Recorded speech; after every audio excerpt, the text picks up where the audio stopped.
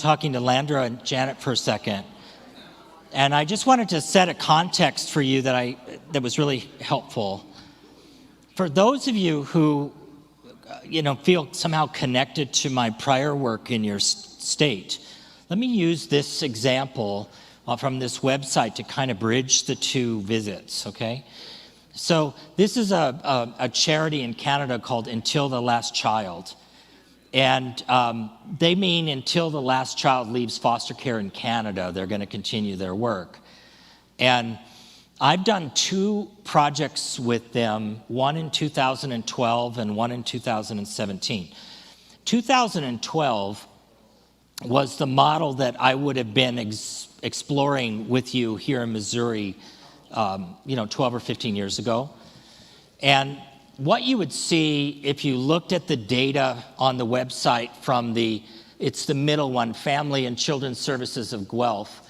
If you were to look at that, what you would, or wait a minute, that's not right. That's, let me find the right one. Maybe she doesn't have it. That's a 2012 to 14, Finding, Keeping, and Honoring Connections Pilot.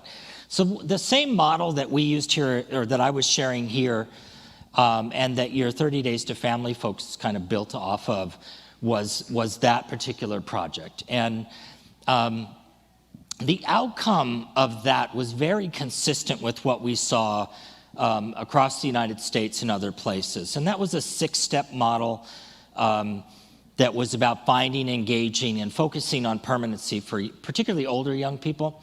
And the outcome that we saw there is exactly what we saw in most pilots, which was about 50% of kids who got that intervention exited care with some kind of legal permanency. Now, we probably know now that their health and mental health outcomes were pretty much like any other effort. They may not have been as good as we wanted them to be because we didn't know what we know now. The other one on here is, it says Bringing Families Together Manitoba pilot, which was 2015 to 18. And that's where we implemented and tested what I called Model Revision 1. And in Model Revision 1 is where the objective of the intervention was to get to what we called a healing and development phase. And so instead of looking for permanency, we were looking for healing. And let me just say what happened by doing that. And by the way, this is a very challenging group. This is 100% of the children and families in that pilot were in Manitoba were indigenous. They were First Nations or they were Métis peoples. And many of the young people had been in care a long time, some of them as long as 16 years, living in foster care and residential care, primarily in Manitoba. Winnipeg. And what happened was, instead of building networks to get a permanent parent for kids, we built networks because we wanted to engage families in the idea of healing what had happened in the family, which also included planning for their kids. And the result of that pilot is that we increased permanency outcomes by over half. So we now, in that pilot, 76% of these First Nations and Métis kids exited from a foster care institutional placement to, they were primary fostered kids, into permanency with their First Nations family or within someone who they knew and had relationships with. By the way, including sometimes foster parents that they had been with for a decade or more, and where the extended family and the foster parents agreed that they were already in their family, and that became a legal, that from the kids' perspective, the family they knew was the one they had been raised in. And the First Nations family respected that, and what we were able to do is extend their network into their First Nations community. But what was different was that it was the intentionality. We didn't bring people together to see who would meet our standards. I like to call our history of permanency planning work as what we call ready-made families. That largely what permanency work since 1997 has been about is the idea of ready-made families. The first piece being, are you willing to think about becoming a parent for this kid? And the second part being, do you meet our standards to be able to do that, right? That's what I would refer to as a ready-made family approach. And what we found with older kids and with kids with complex needs is about half the time we could get permanency for them through that kind of ready-made family part. But what about for the other half? What about the ones we couldn't get that for? What do you do with them? And that's when we began focusing more on family seeing rather than family finding, right? We want to see the family right in front of us, not simply look for people we like better. We wanted to convene an experience for the family to confront what was happening in the family and imagine what the work of healing would mean for them. And so what I want to say about that before I move back to the other stuff is what's different about this trip is exactly that change. What we want to add, we don't want to take away from what you're doing. We want to add to what you're doing more than a ready-made family approach, because what we want is to get every kid to a safe, forever, permanent, loving experience of belonging in a family and a community, right? And to hold the health and the well-being to be able to live a good life. And that is going to require, sometimes going to require, and the opportunity is in healing in the family. And finally, what I would say is, you're all familiar with family meetings, right? What are the family meeting models you guys have used or do use? Can I ask? TDM. Anything else? Any other? FGDM. Family group decision making. FGDM. And do you do any wraparound? Probably some family support team. So you've got all these family meetings, right? And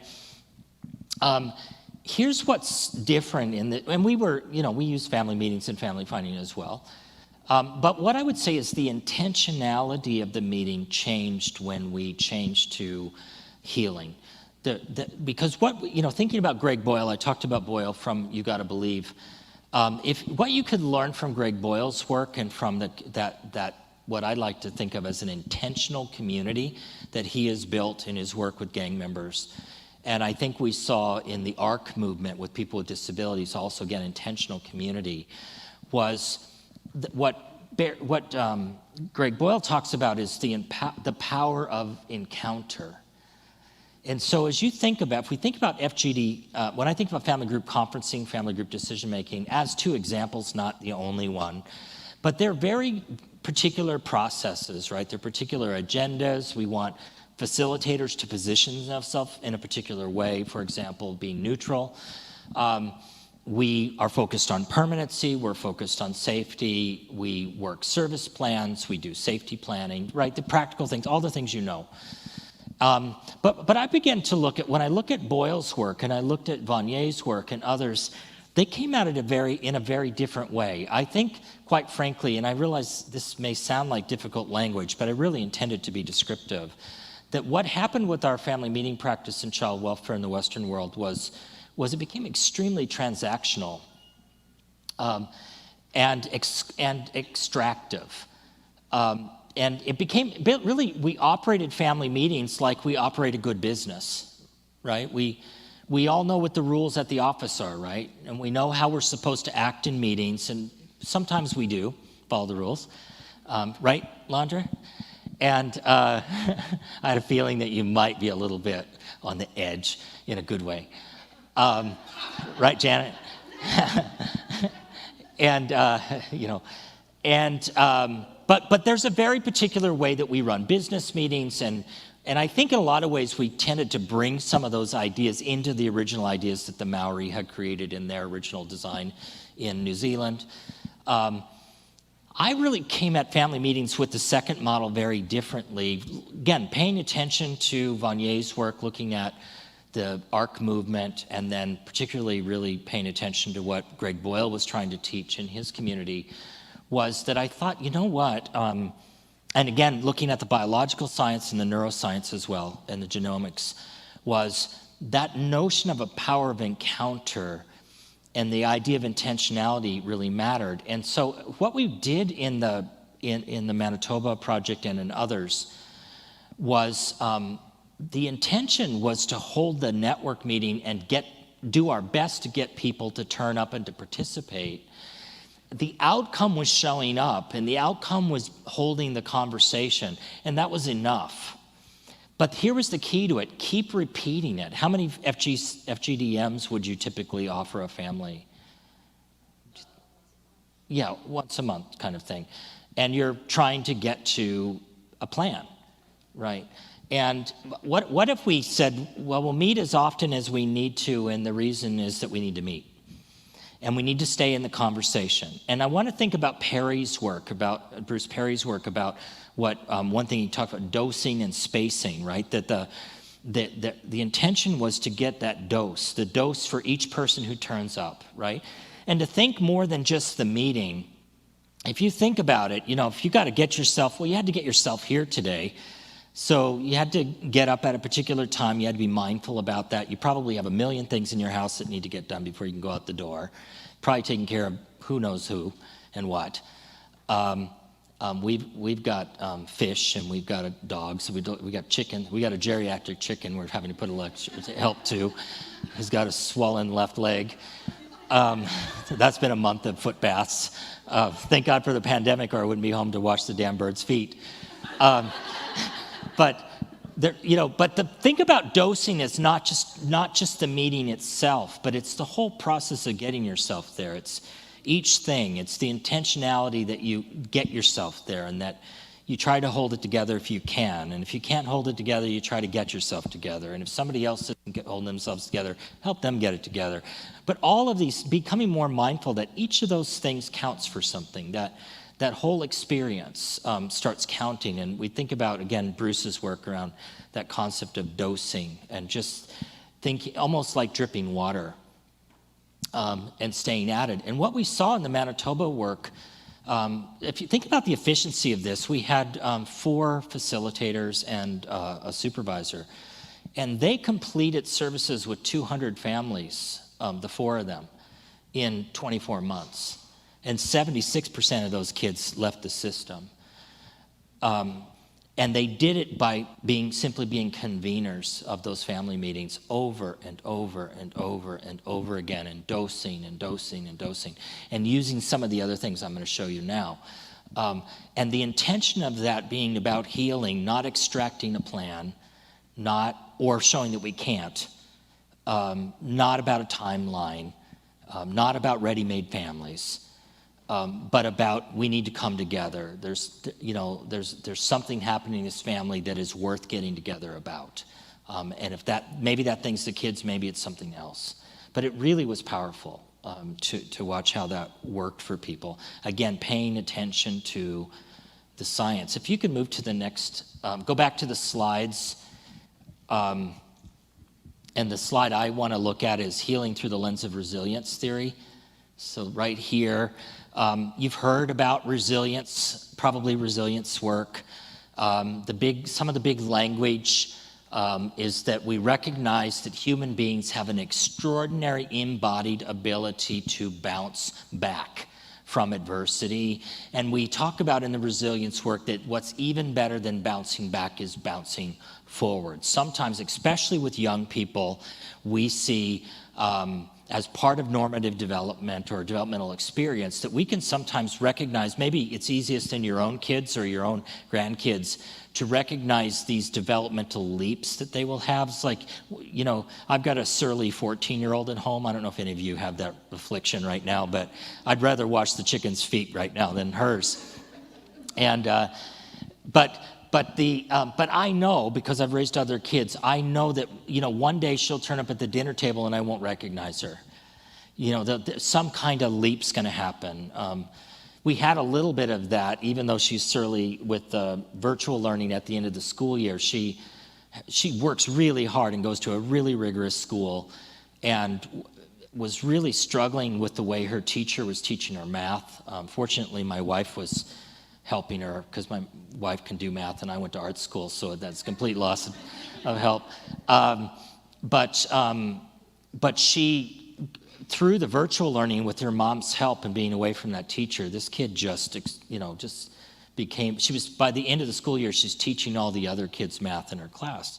She just had one of those leaps in development that's so exciting to see when kids do it. And that kind of bouncing forward kind of thing. She didn't just catch up, she leapt ahead. And that's just part of an experience that can happen for childhood development. It can happen for adults too. And that's kind of something I want you to think about. So when we talk about healing, we're talking about the healing through the lens of a resilience approach. I'm not talking about therapy as healing, but that isn't to say that there couldn't be a therapeutic experience that complements what you're doing. What I would argue is simply delivering therapy to people outside the context of an intention to heal is probably not a good investment. It may do more harm than good. It may be ticking the box because the judge ordered it, and I see the importance of that, and you need to follow the judge's orders. But I think what that tells you to do is you better get your intervention in place so that that order the judge has made has some meaning other than simply a compliance measure, right? It has to be in the context of this. I want to introduce you then, as we move into this different model, to the first big question that I'm asking myself every time I work on something as a consultant or otherwise, and it's underwhelming language, but here's the question I'm asking myself. What is the intervention anyway? In other words, what I'm saying in terms of intentionality, my intention to change in my work with this particular person is I recognize that it's not simply about my ability, which we all have, to do the things that are expected to help a system work the way it's been designed to work. Let me explain what I mean by that. I've been doing a lot of coaching calls in West Virginia and in Kansas for the summer and the spring. And one of the things I really noticed, and I was doing two groups, one with kids on a waiting list for PRTF placements in one of the states, and the other is kids in shelters also waiting usually on lists to get into residential programs. And what I noticed about the staff is, number one, they really love these kids. They really, it's the thing they'll light up about. No matter what a pain in the butt some kid is, they can light up about something about that kid, which is something I really appreciate. But what I noticed is they have a real mastery, and their mastery is how to make a system work. How to move a kid through what we've learned to move kids through, which is not the same thing as asking the question, what is the intervention anyway? Do you see the difference in the intentionality? I want people to learn how to be highly skilled, and this is what I say to the shelter care providers. I want your shelter to become a 21st century emergency room, and I want to have as high expectations as you as I have of any emergency room. I want you to know within the first day or two that I want you to be able to tell me exactly what you think the intervention is that you're doing with this kid in your program and what the end point is going to look like. What I don't want it to look like is a crappy Motel 6 day until you get driven off to a PRTF someplace, right? I want you to add value to that kid's stay there. I also have said to them, I want you to be disruptors. If the natural way this system flows is this particular kid has failed up to be in your shelter and now gets to go live in somebody's hospital, I want you to start disrupting that. There's nothing good about that experience. There's no evidence that hospital stay is going to produce anything in terms of a long-term health impact other than a negative one for most people. So why wouldn't I want you to disrupt that, right? And I want you to be really good at it. And so it's coaching that. And to coach that, you've got to be able to articulate for that particular human being and that particular family, what is the intervention anyway that we're doing? In order to answer that question, you have to know some things. And this is where we start talking about bedrock science, about not standing in models. We're all familiar with EBPs, right? You guys know the term EBP, evidence-based practice. We've got 25 years of history in this country where we've been told to wait for the EBP people to come and save our systems. We even have a clearinghouse for that now. The EBP people are forever grateful that you decided to waste your money that way. And it'll be lovely until we call it a failure in 20 years. We call it 2 years to get something in, 20 years to get it out. when it happens in policy. And I don't think that EBPs are a waste of time. I just don't think that EBPs will fix a system. I think they could be useful for the people they've been shown to actually be better than doing nothing for. But they may not be the thing that are going to fix your system. You've got to stand in something else than models. And I think it's wise and smart to stand in certain basic human truths that are really aligned with biological truths. What Perry talks about, and I really borrow this language and find it useful, he talks about being biologically consistent, right? So we want to be thinking very simply, and I'll say it this way, because we're going to start moving into practice here, that the first thing I'm thinking as soon as I get a referral, I'm looking at a kid and their parent together, is the first thing I'm thinking, and it could be at the investigation if I was lucky enough to meet them there before. I like to talk about it this way. If I go out with an investigator and I knock on the door, if there is a door, and the door gets opened, the first thing we're going to do is fully and proudly identify ourselves and the agency we work for. And the second thing we're going to do, after we confirm that we're actually talking to the person we were hoping to speak to and not a stranger, is we're going to say something about why we are there. How many of you have done investigation work before? Have you knocked on the door, right? So what do you think I'm looking for? If there's a door and they open the door, I say, hi, my name's Kevin Campbell from the Missouri Alliance, and I'm here today because we've had a report of some safety worries about your kids, and it's important that we have a conversation about that right now. What do you think I'm looking for and I'm listening for and smelling for while I'm having that conversation with that person? What would you guess? Sorry?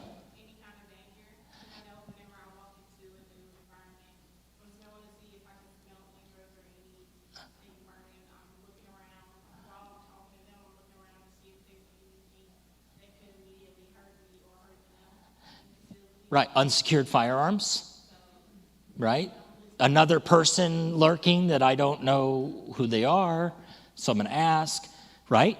Absolutely. The first thing I'm looking for is the quality of immediate safety. What I like to say is anybody burst into flames while I'm standing here. So I can tell you in 35 years, nobody just erupted into flames because I was at their house. But that's not to say I haven't seen unsecured firearms or I haven't seen dangerous things, and we need to talk about it right now, or let's step outside and talk, but let's create some kind of safety to get through that moment. But let me tell you why I say that, because there's the second thing that I'm going to do, and this really does fit well with the signs of safety work, I think, and what Andrew talks about and Penny talks about is a skillful use of authority, because here's my thing, is if I look around and nobody's burst into flames, I don't see unsecured firearms, I don't see an immediate hazard to anybody, I don't have to call the aid car, and I've said what I'm there for, I'm going to move that conversation as quickly as I can into establishing a network. Because what I know is I've got plenty of time to learn about all the bad stuff that might have happened here, but I will rarely have a better time to get to network than right now, right? Especially with people who are struggling with addictions to substances. So what's the hallmark you often encounter with people who are actively using when it comes to their drug use? They can do what? Have you ever heard the saying before? They can handle it. They've always got it handled, don't they? And what happens when, most of the time when we go out and do investigations with people, what do? Do we do removals or do we leave kids with safety plans? When you're an investigator, most of the time, you weren't driving a minibus and filling it up all day long. It was a big deal if you had to do a removal. You had to call back the office, you got to get car seats, you got to do a whole lot of stuff. And it wasn't your business just going around just filling up the school bus and driving back to the group home with them. You are mostly brokering safety arrangements most days, right? Hopefully. And most people don't really know that about CPS investigators, that a lot of what they're really doing is trying to broker safety in the community, which I think they should be acknowledged for. And that's great. But here's the problem when you're working with people who have a lot of history with your agency, who use substances and tend to think that they've got everything handled. As soon as they hear from you or get a message from you that the kids are not going in the car seat today back to the office with you, then they have handled you. And that is not a great time to then talk to them about bringing a network into their lives. What do I need a network for? I've got you under control. Right? So I don't even want to get into the details of an investigation much with people without, first of all, really focusing on, as part of my assessment, the quality of the support they're really relying on right now, because I think that's a key measure of safety. If we've got someone who can readily identify supports and is willing to engage in that conversation, my hope for a good, strong safety plan and a follow-on conversation and intervention with people goes up, markedly in that moment. Somebody that is persistent around, not only do I not have anybody, these children have no father. Believe me, they don't. It's immaculate conception the second time. There is no dad. But somebody who can't go there with me in terms of supports and who can't acknowledge a relationship with the father that produced these kids, I'm already a little more worried than I was at the beginning. There's something going on here that is going to really get my attention for a while, because it leaves me really worried about my confidence of a safety plan with someone who's as isolated and lonely and closed off to their ability to work with me as they seem to be. So just to note, my thing is, you knock on the door, you look around and make sure nobody's burst into flames, and then you move to network. And you're really deliberate about networks. I also will say things to parents, even if they don't feel like they need a network. I might take it another approach. I need you to have a network. Let me explain why. I've got 15 families like yours on my caseload.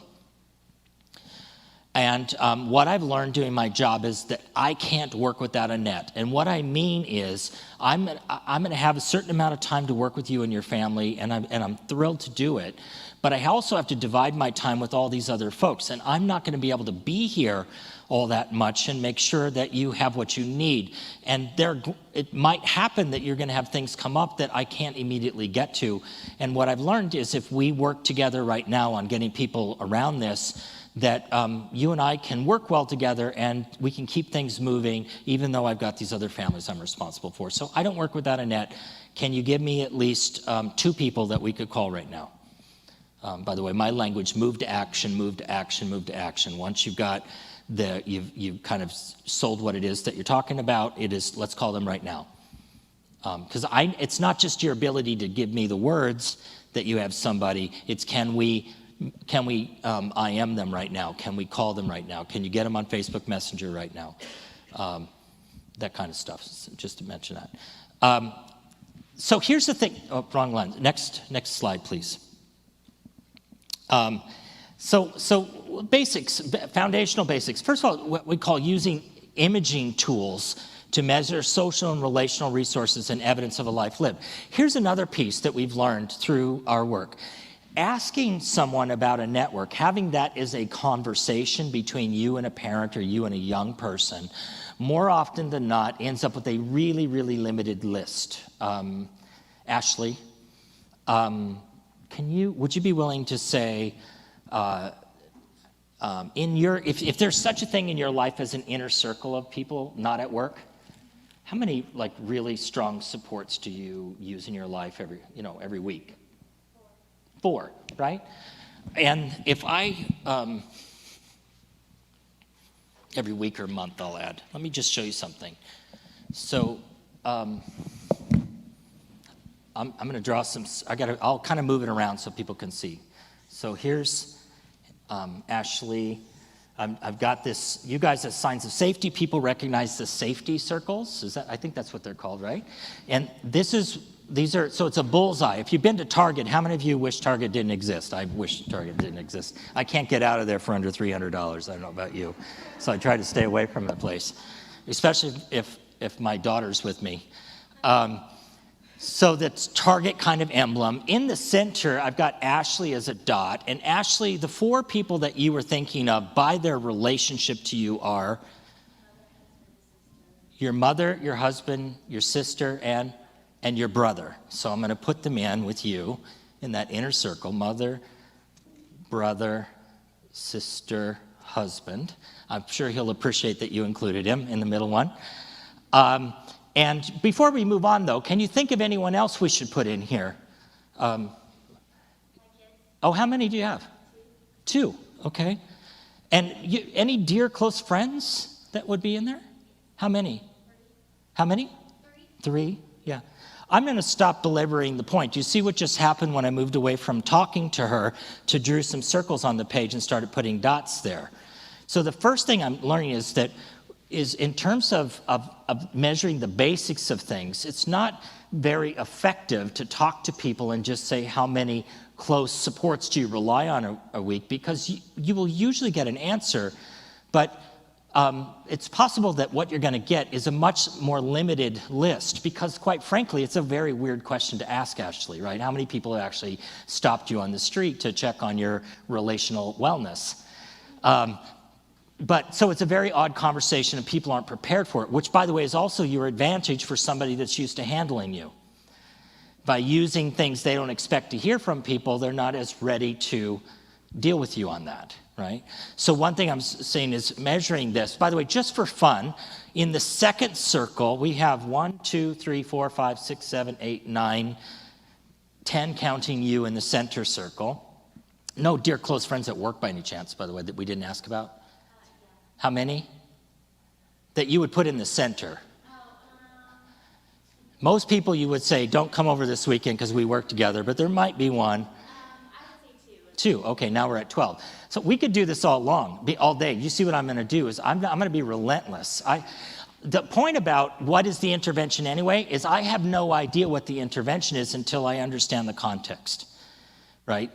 And so my big thing is wherever you can, we call work big to small, be expansive. Why do I need a family finder to run a search when I can talk to her right now and get the information? Do you see what I mean? That's something to be a little bit mindful about. I'll talk to you about why LA has family finders. There's a very particular role that they played, and it's really been important in their success. But the truth is that we want everybody being highly skilled, and quite frankly, if I'm a supervisor like Landra, if you come back from seeing a new family and you can't answer this question for me, I'm going to turn you around and send you back to do it over again. How many times would I have to do that in your team before people would know not to come back without it? Yeah, that's exactly right. But now you know what a directive supervision style in a kin-first system looks like. So don't come back here without that piece of paper or a good reason. You know, because we don't work without a net around here. We as a group don't work without a net around here, right? Oh, I'm fine. That mom and I are great. We've got this thing handled. I don't care. That's not how it goes. Remember that, by the way, we abandoned all these people at the end. So the fact that you had a good relationship and left her with nobody means you just broke her heart, right? We didn't come here to make it worse. In this second circle, these are people, Ashley, I'm assuming the people in that center circle might fit largely this description. They can be pretty unconditional with you. They might get mad at you, but they still love you. And you might get mad at them, but you still love them. Those are your people, right? What about that second circle, which is people that maybe you are conditional with? Maybe they're important in your life, but Fridays I'd like to not see you anymore until the holiday weekend's over. People I work with, people I go to school with, people I serve on boards with, my neighbors that are nice enough but I wouldn't want to hang out with them very often. But if something happened in the neighborhood, I'd talk to them. How many people in that second circle, that sometimes conditional group? 20 plus. So 20 plus mean, is that 25 or is that 29 or is it 22? What is it? 25. Okay, good. You see what I'm doing? I'm just going to keep pushing. I need to make sure that I really have an understanding of what we can activate here from your perspective.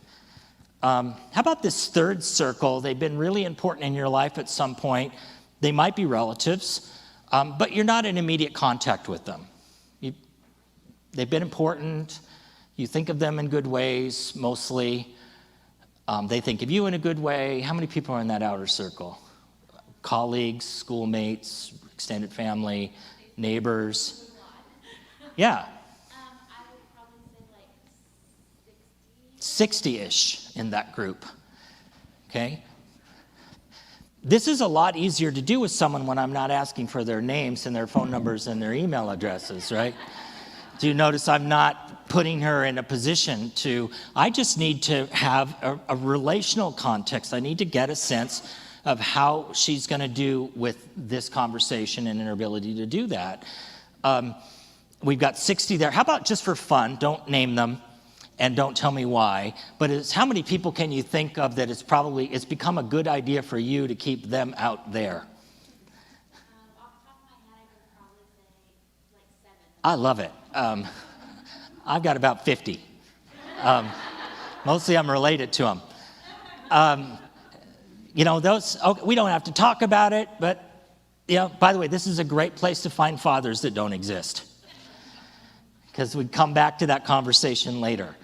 But I now have a placeholder for Mr. Wonderful, for that person, right? Mothers, and I haven't had any fathers tell me there was no mother, but I've had plenty of mothers tell me there was no father.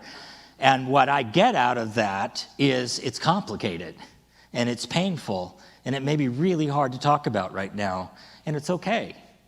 But what I'm not going to do is just walk away and make a note like there's no father and I just agreed with you about that and submit it in an affidavit and give a testimony in the court about it. I get it. It's complicated and it's painful. We don't have to talk about it right now. We've got some other fish to fry. But I'm not forgetting it, because I have a duty to him too. So look at this. I mean, you can't really see this, but that's a lot of folks. And do you see the difference from a brief 4 people that you can count on to this more expansive conversation? The truth is, in the right circumstances, Ashley, if something really big was going on in your life and it really mattered to your health and your family's well-being and you needed to do this, how many people could you get in the room? Give me a number.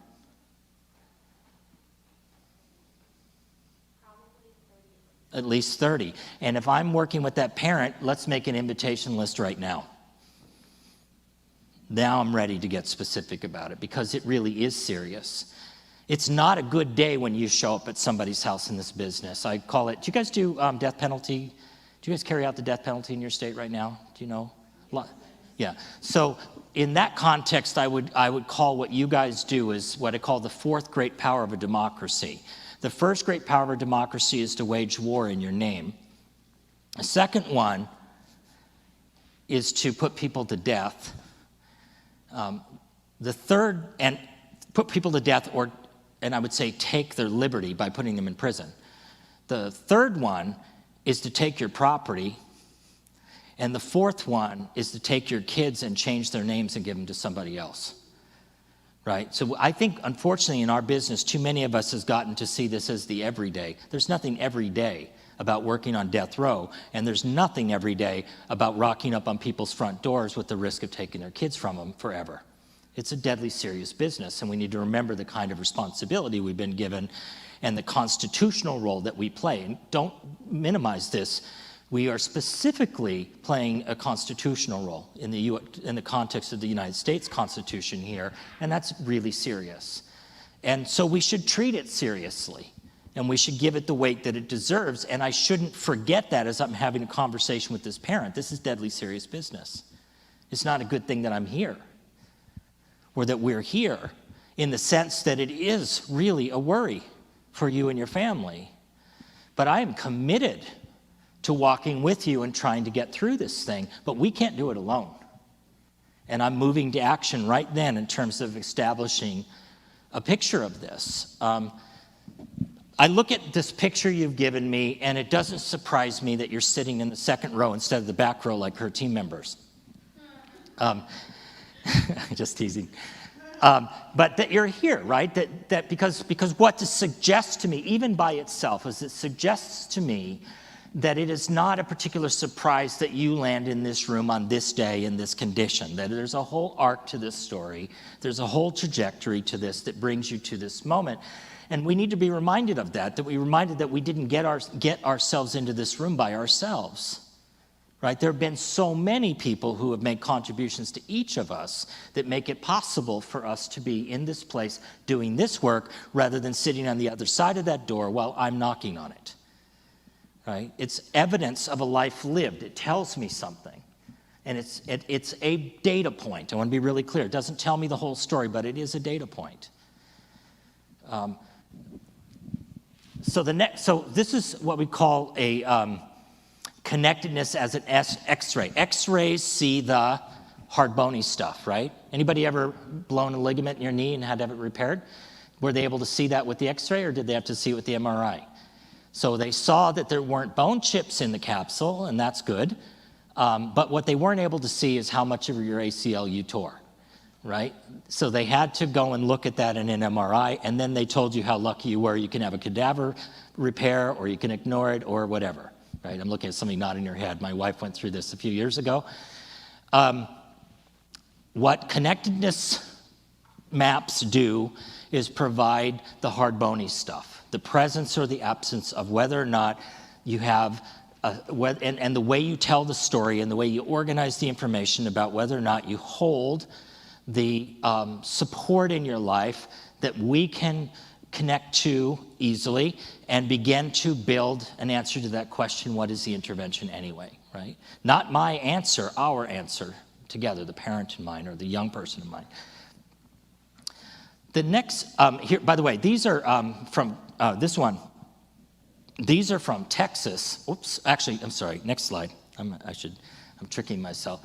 These are actual connectedness maps made in Texas by young people in institutional care.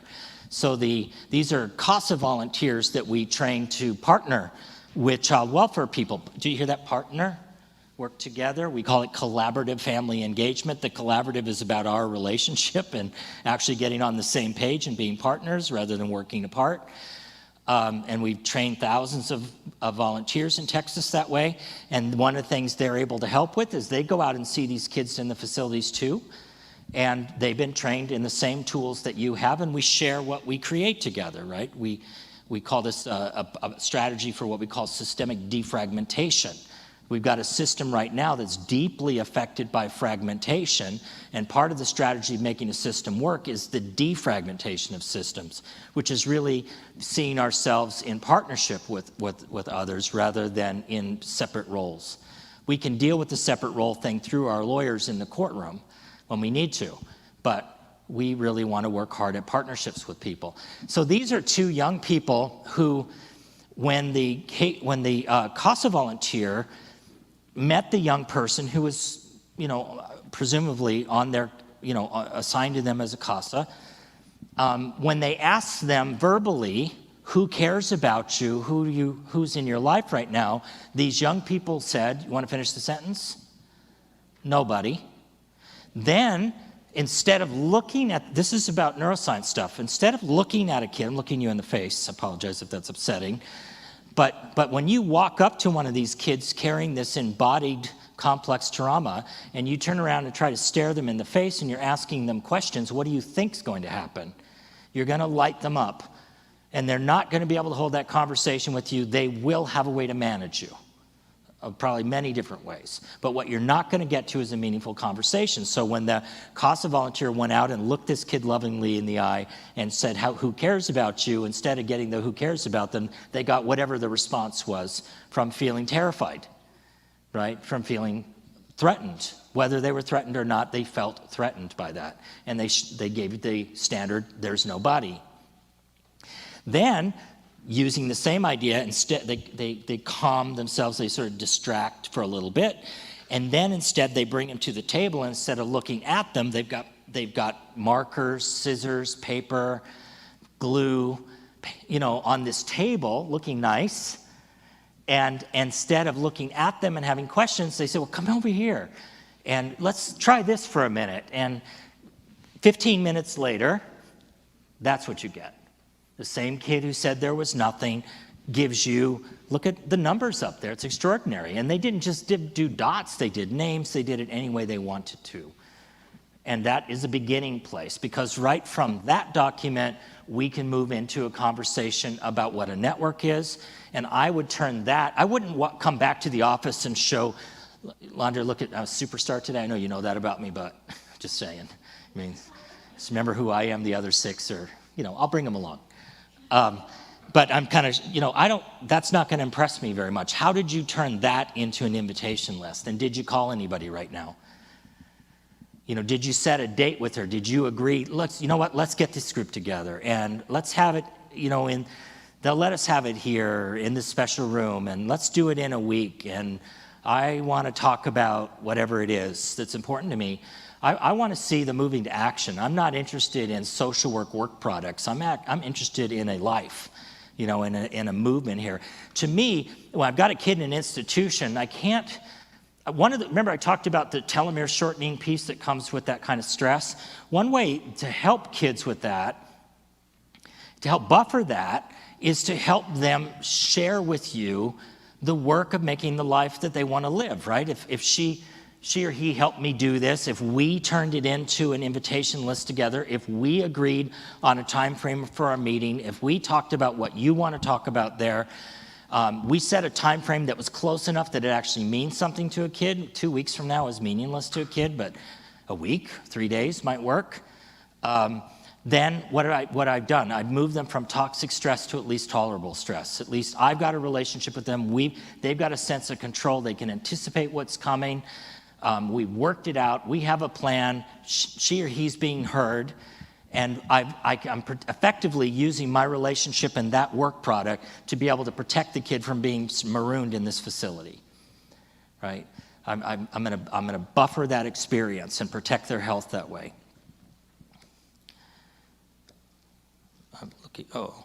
I'm missing a slide. Oh, can you go forward one, please? There should be another one.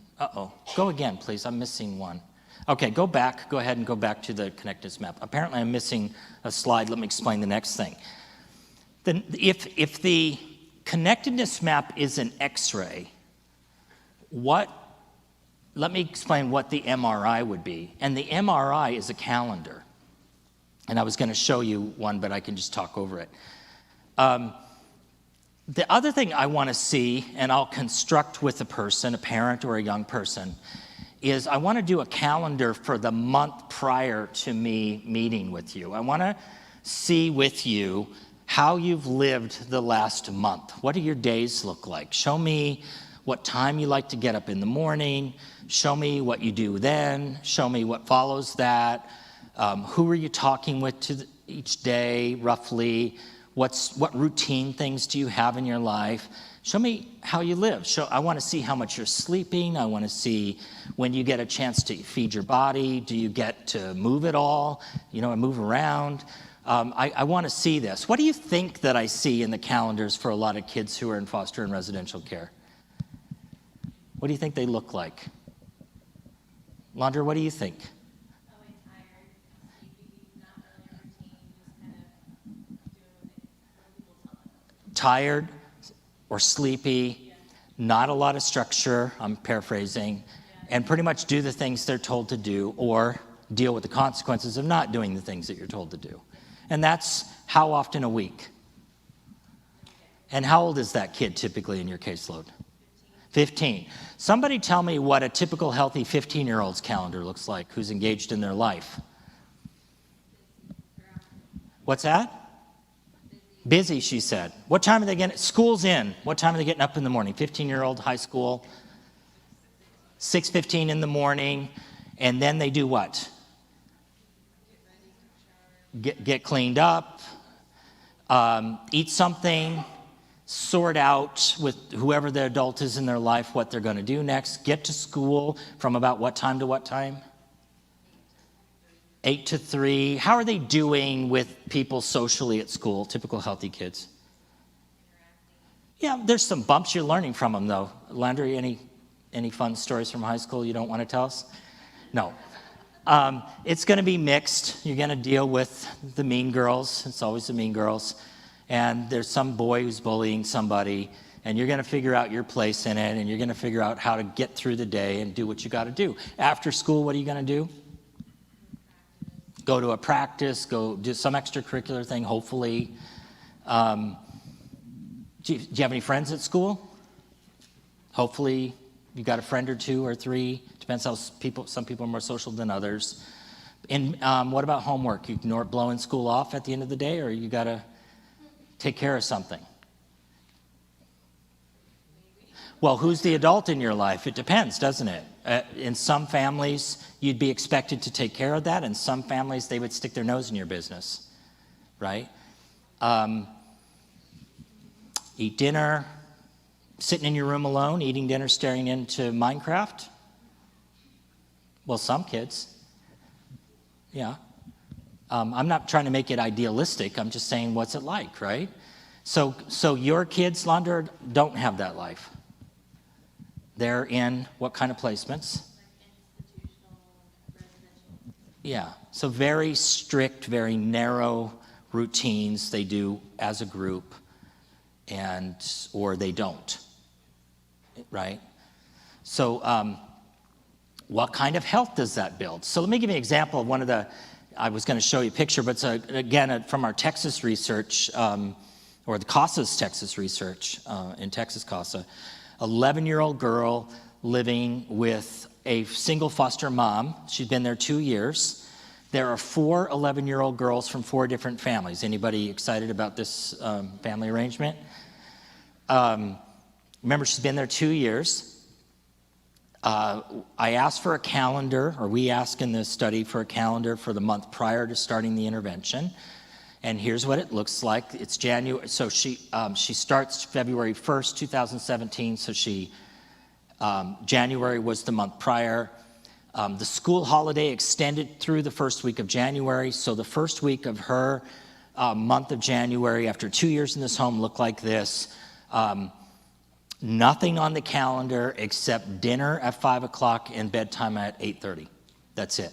Except for Thursday, she had a therapist appointment for 50 minutes. That's her whole week, Saturday to Sunday. The next week, school's in, and she has a habit of getting herself excused from school because she can't cope. And so she's very often picked up by her foster parent and brought home before the school day's over. And then where does she go? Back into her bedroom. She doesn't interact with the other kids. She comes to the dinner table at 5 o'clock, and lights have to be out at 8:30. And that's what her entire month looks like, except for the 2 alternate Wednesdays when she does a court-ordered 1-hour visit with her mother and a court-ordered 1-hour visit with her father that's supervised by her foster parent at their church, because the caseworker office is 5 hours away from where she's placed, right? And because it was January and they take their Medicaid responsibilities very seriously, they got her dentist appointment in, they got her a well child check, and they got her to the therapist's office once, so all the well-being needs have been met. Right, that was it. Why is she in her bedroom? Because she can't hold a relationship of safety with the other 3 girls who are her age, and she can't bear the warm, affectionate parenting style of the foster mom. Finish the sentence for me. The foster mother says she can stay here until she is 18. Until she's 18. What did I call that earlier today? The dreaded stable placement. Let's put it in the context of being predictive. She's got an ACEs, we'll start in no particular order. We estimate an ACEs score of 8 out of 10. Because she experienced significant maltreatment in her family home, and was separated from her parents, is separated from her siblings, has been out of the home for 2 years, there's no plan to reunify. We think that it's likely that she is carrying an embodied experience of complex developmental trauma. Her parents grew up in poverty. She grew up in poverty with her parents, so we have the social determinants of health present in her background. What would you say? Is she not lonely? Is she somewhat lonely, or is she extremely lonely? Extremely lonely. That's not what a typical healthy 11-year-old's life should look like, is it? So now we have 4 adversities. I'm trying to remember, there was another one. But she has all 5 adversity types we talked about this morning, all at a high level. She's been living that life for 2 years in this home. She can stay there supposedly until she's 18. Remember, she's 11. Somebody tell me what you think happens to her health and mental health by the time she's 26 years old.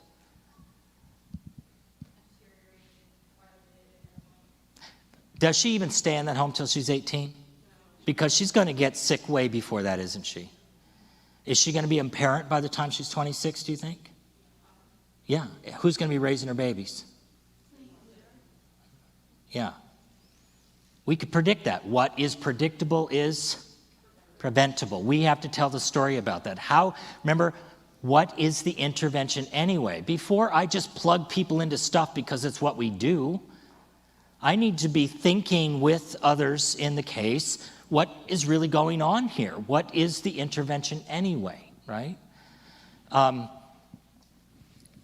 Unfortunately, this kid is, left with an otherwise loving foster parent, but in that context is likely to get sick. By the way, how does she get herself out of school? She cuts on herself and bleeds on people. It's a pretty effective way to get asked to leave for the day, right? And if that doesn't work, just go threaten to hurt somebody, and they'll send you home, right?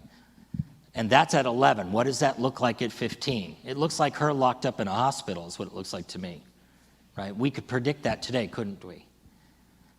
And if we can predict it today, then we should be doing the intervention that prevents that from happening. And that intervention is not simply leaving her parked in a foster home because the foster mom's loving enough not to kick her out and willing to pick her up every day when she fails out of school, right? A month later, they start the intervention.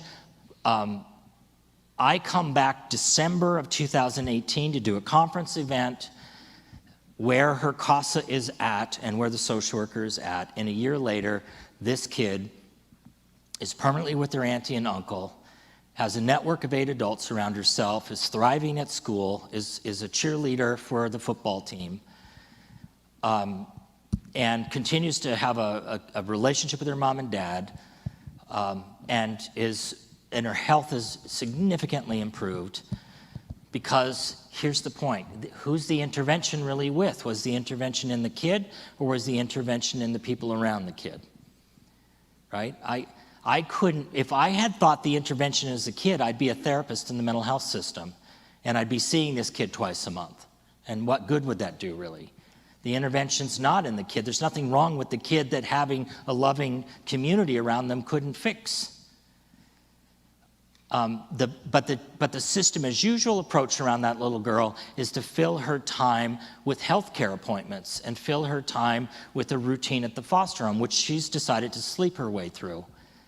Do you see what I mean? Where the intervention is always been in the adults around this kid, and what they've been doing is waiting for us to do it. So what I want to do, if I just, can you go ahead and go forward? There you go, stop right there, that's great. Let's use the last bit of our time to do something. Lander and I were talking during the break, and she was talking about a particular situation, which is very unique, and we're not going to get into. But what it brought up for me is the thing I talked about earlier, is that this language is system fragmentation.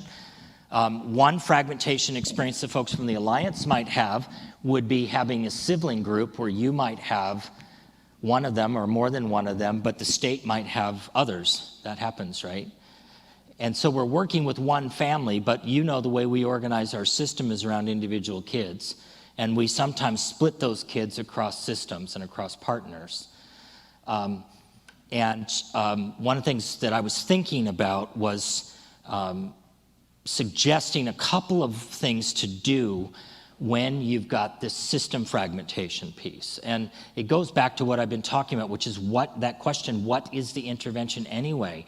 And the truth is that where you've got a family, where you've got multiple people who have influence involved with the same family, the truth is that there could be 19 different answers to what the intervention is.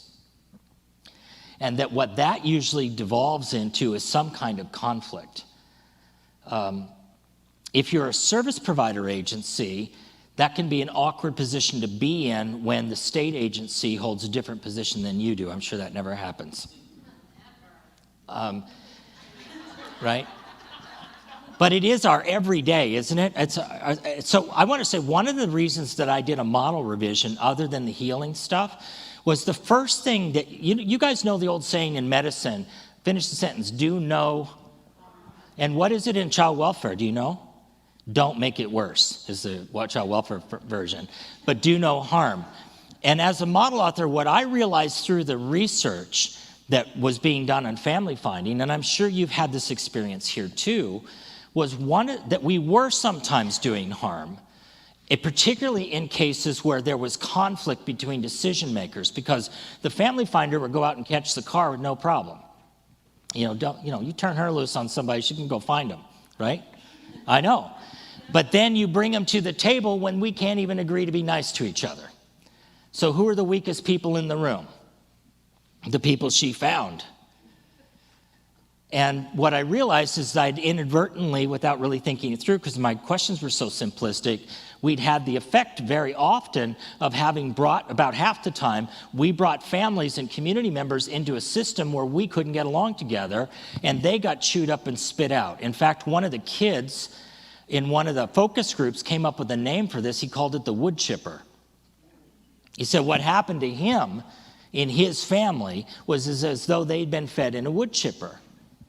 Because somebody had to, whoever thought they could either had the most power or they could influence somebody with the most power to make it happen the way they wanted to happen, made it happen.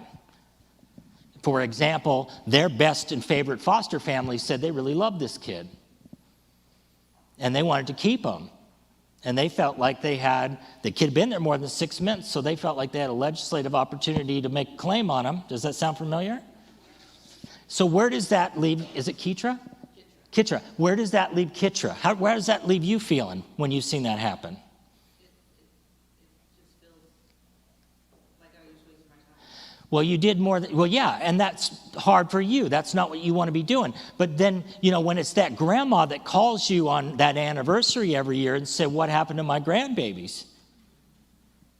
I thought you called me because I was really going to get to help my grandkids, and that's not what happened. Have you fixed that? Because I've seen family finders have this happen where somebody in the family will just keep calling them and calling them and calling them, wondering what happened, what happened, what happened. Well, what happened is these people can't work together, and they didn't much care about what they did to you. So the work that I did in the model revision, as much as anything else, was about not putting Kitra in that position, because that is making it worse. That is not making it better. And so that question, what is the intervention anyway, is also about something we would call alignment. We need to have some alignment with other decision makers about what is the intervention anyway, because we're not interested in 12 different interventions happening to these people. If we're going to turn her loose and go find them, we better know why we're doing it. Intentionality and authenticity. When we looked, a very famous researcher that I admire a lot, from Chapin Hall, and I'm blocking his name, but I'll think of it in a second, held an event a few years ago with the Alliance for Strong Families on family finding. It was a focus group. They brought people from 10 agencies in the country, including the one I had formerly worked for, together for focus groups around family finding, and they wrote a paper about it. And the paper was called Authentic Family Engagement. They all agreed, Mark Courtney was the researcher, they agreed and told Courtney that the single biggest barrier to doing family finding was the lack of an authentic commitment to family engagement practice in the American child welfare system. And that what they saw happen time after time after time was vulnerable families were brought into the process and then chewed up and spit out of it, because people could not get on the same page about what they were doing. So my adaptation to that was we need to, before we start calling relatives, unless we've got real permission to do it from our partner and in our contract, that'll be backed up by leaders, is that we need to have a conversation with people who might hold authority in this case and make some agreements about what this intervention is before I'm going to chew up and spit out somebody's grandmother again, or break some little boy's heart whose heart has been broken enough, right? And so one way to do that is to help people through what we call a formulation exercise. And I'd love to, at a high level, go through this and wrap up the day with this and see if you find this helpful. What I need to do this is I need a volunteer. You don't have to get up, but I do need to be able to hear your voice. So if you're a quiet speaker, you come up. I think you're good. We've talked already. April's good. So April, what I need is for you to get a kid or parent or family who you're really worried about in your head. You got one? Pick one. Pick one keeping you up at night or keeping somebody up. And I'm not going to ask for names. We don't need names. And I'm not going to ask you for details that are so identifying that we would know we read about them in the paper, okay? So we want to protect their dignity. And how old is the child that you're most worried about in that story? He is 14. 14. And just for fun, make up a first name for him that's easy to spell. Kenny. I'm sorry, Kenny? Yep, Kenny. Like standard spelling? Yep. Okay, I had a best friend named Kenny when I was a kid. That's great. He could have used your help. Kenny is 14, and his ethnic or cultural identity, how does he want to be known? He just wants to be known as someone that protects himself and his siblings. I believe, but in terms of cultural membership or ethnicity, how would he want people to know him? He's black. Okay. So do you notice, I want to know how he wants to be seen. I don't want some government person telling him how he's going to be seen, right? First thing we're going to start doing is seeing whole people rather than seeing answers to government questions. But he would say he is black. And if it's appropriate at all, and you used a pronoun he, so would he identify as he? Okay, here's what I'm doing. However he identifies, that's what I'm writing down. Right? So the pronoun is his choice, not my choice. And it's not a reason to put him in an institution either, by the way. You have no idea over the summer how many so-called trans kids that I got to consult on who are being sent off to PTRFs because somebody's decided they have a gender dysphoria problem that needs to be cured by somebody. And by the way, these are 6-year-olds being sent to facilities with 17-year-olds. Right? That's not help. At least not for him. So he is his pronoun. Whatever you know is good enough, right? Whatever you know is good enough. Probably rarely hear that anywhere else in this business, but whatever you know is truly good enough. And if anybody else in the room knows who you're talking about, get them to help you. How many days, weeks, months, or years has this boy had the government in his life? Would you guess? 8 years. 8 years in what the Congress calls a temporary system, right? It's a data point that's worth paying attention. He's 15, and he spent 8 years of his development of his brain and body in the way his genes are read and transcribed, living involved in this system. Right? We want to begin to form an insight into how his trajectory has been shaped in the development of his brain and body, right? So it's why that data point's important to me. 8 years. Whatever you know is good enough. How many changes in primary attachment figure has this kid had in his 15 years?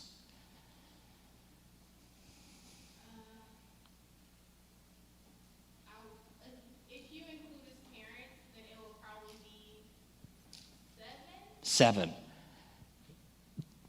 Let that marinate with you for a second. Think about when I say primary attachment figure losses that have happened to this kid 7 times so far. By the way, how long can he stay in your system? And at the rate he's got, we call this placement math, how many more changes in attachment figure might he have between now and the time he's in his 20s? Yeah, do the math. I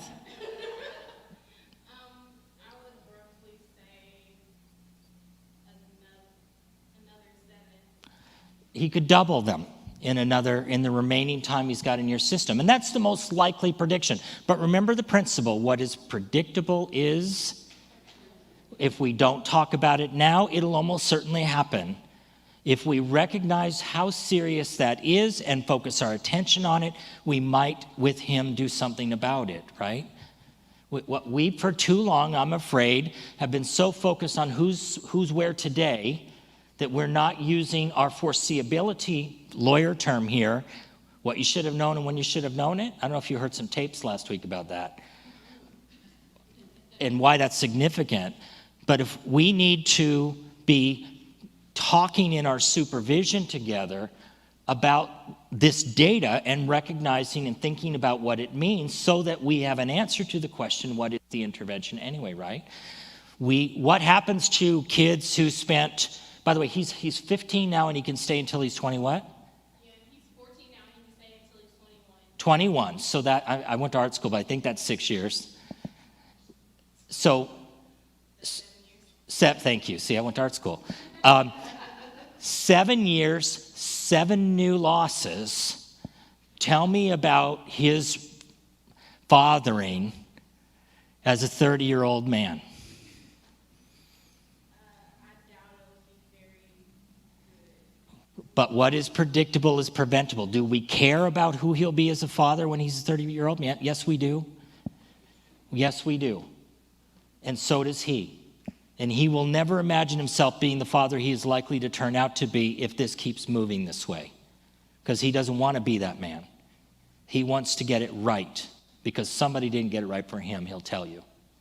Right? How many kids have you heard that from? How many mothers have you heard that from? Right? But we can predict that. We call that placement math. It's not because it's good news. It's just what it is. These are neutral questions, by the way. Lander, do you have any kids at home? How old's your oldest one? 19. And tell me about the safety worries for him in the community. It's pretty high because he's on the spectrum.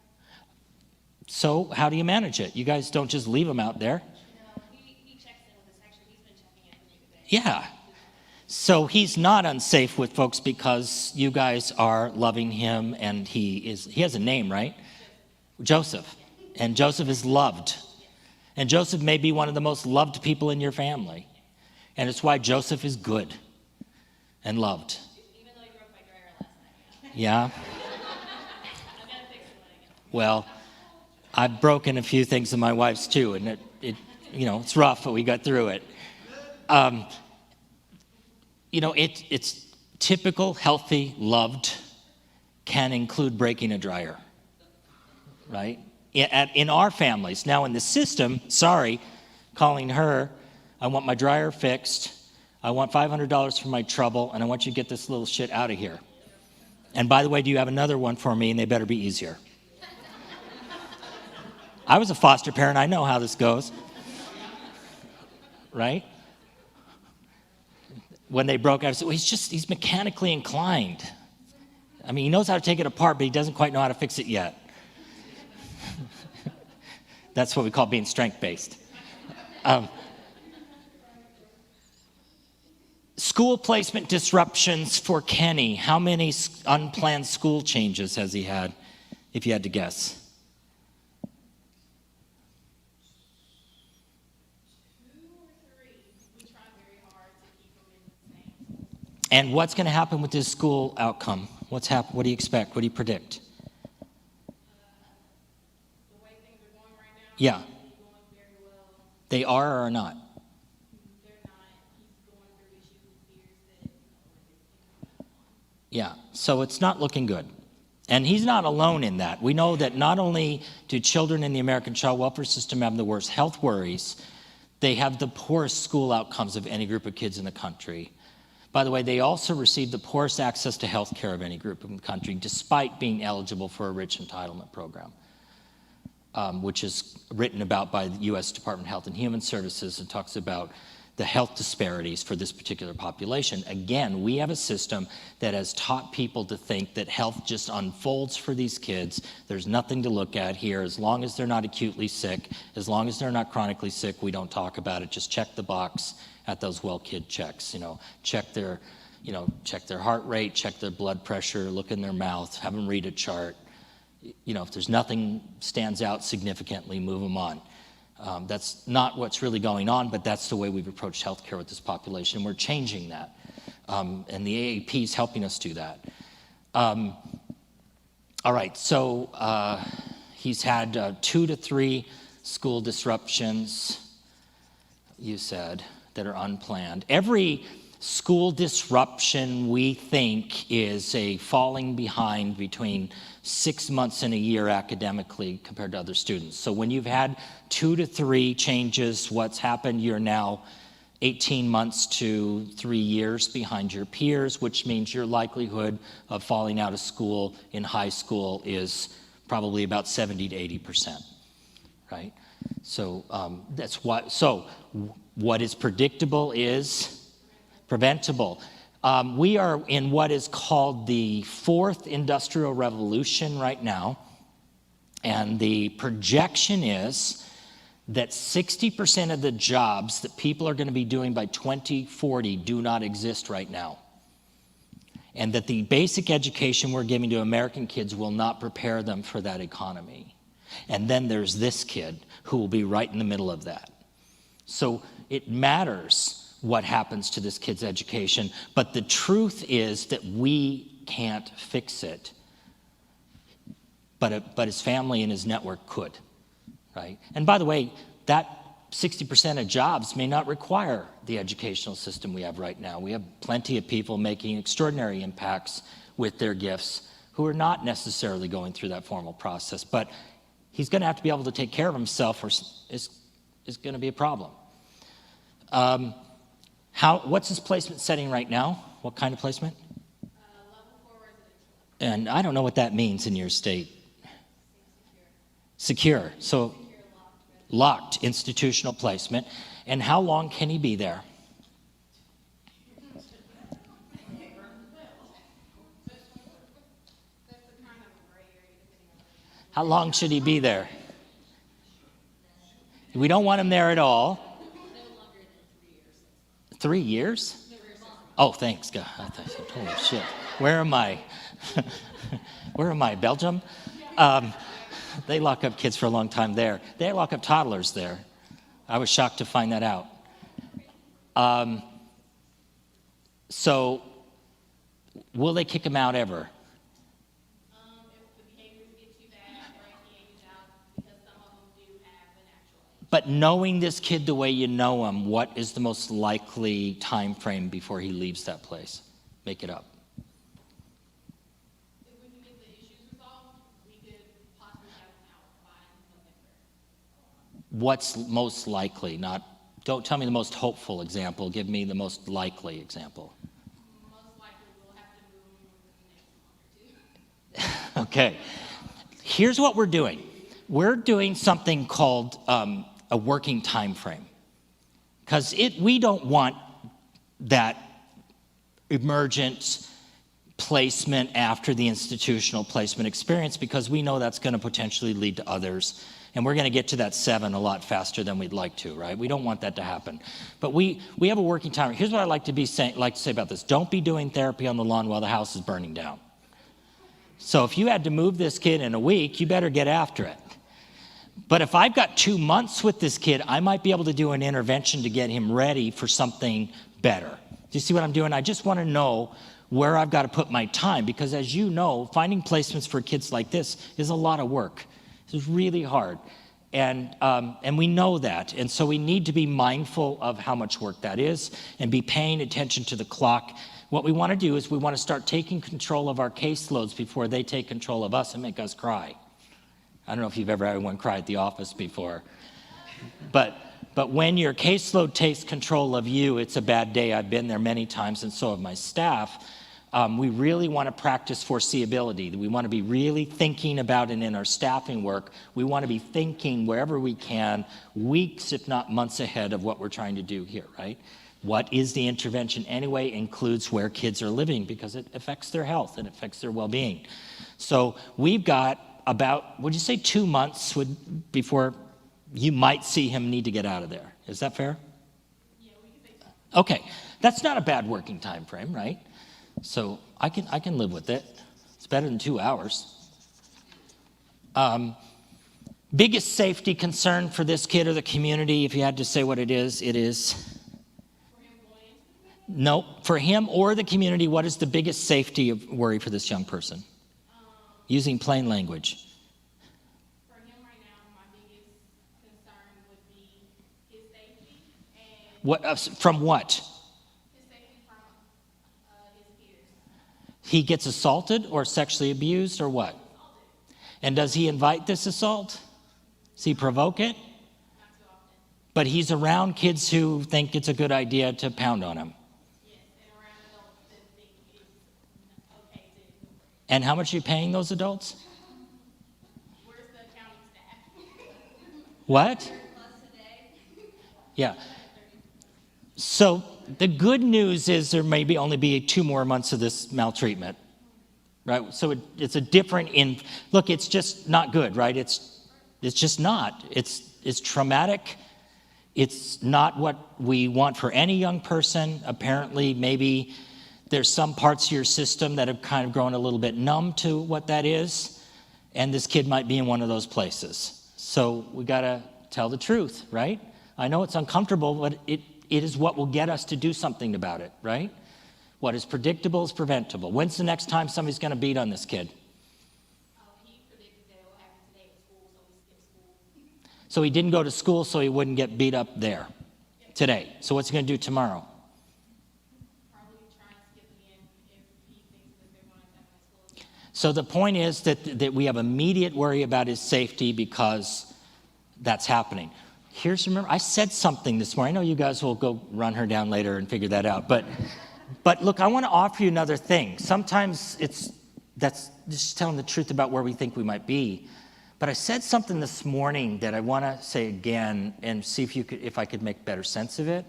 The worst thing about adversive experience may be the absence of good experiences. Do you see what I mean? A lot of kids have been beat down, and it's not okay. And even for those of us who were, it's not okay. But there's a big difference between having to deal with that every day and having nothing, or at least feeling like that really sucks, and we got to do something about it. But at least somebody's got my back. At least somebody loves me. At least somebody. It will get better. Do you see what I mean? It's like we've got to remember it's not just making bad things go away. It's not having good things to make bad things livable, get you through it. Do you know what I mean? So there's a lot of ways to approach something like that can help protect this kid and really build him up over time. And one of them, maybe we have to do something about that conduct. Maybe we will.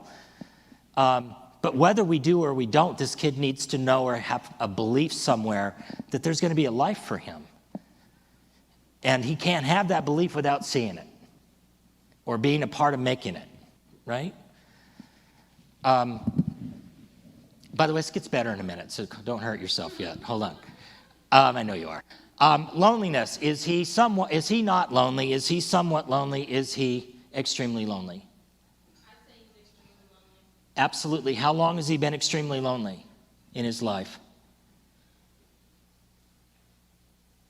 Based on the behaviors he had whenever he was in the home, it's probably been for a majority of it. And loneliness hurts the what? Do you remember what I called it? Loneliness hurts the,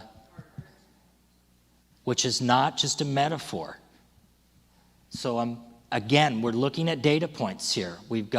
Right now we're going to look at the adversity types. Now remember that we don't actually have an ability to make a reasonably good health trajectory prediction by simply looking at adversities. That does not tell the whole story. We also need, and we haven't, and we'll do it last, we need to do the resilience stuff. We need to look at what buffers, what offsets that. And there can be things, or may have been things, that are going to help us come to a clear image of how worried we are and what we think the intervention is. If you had to guess about his adverse childhood experiences scores, what would you guess it is? 0 to 10?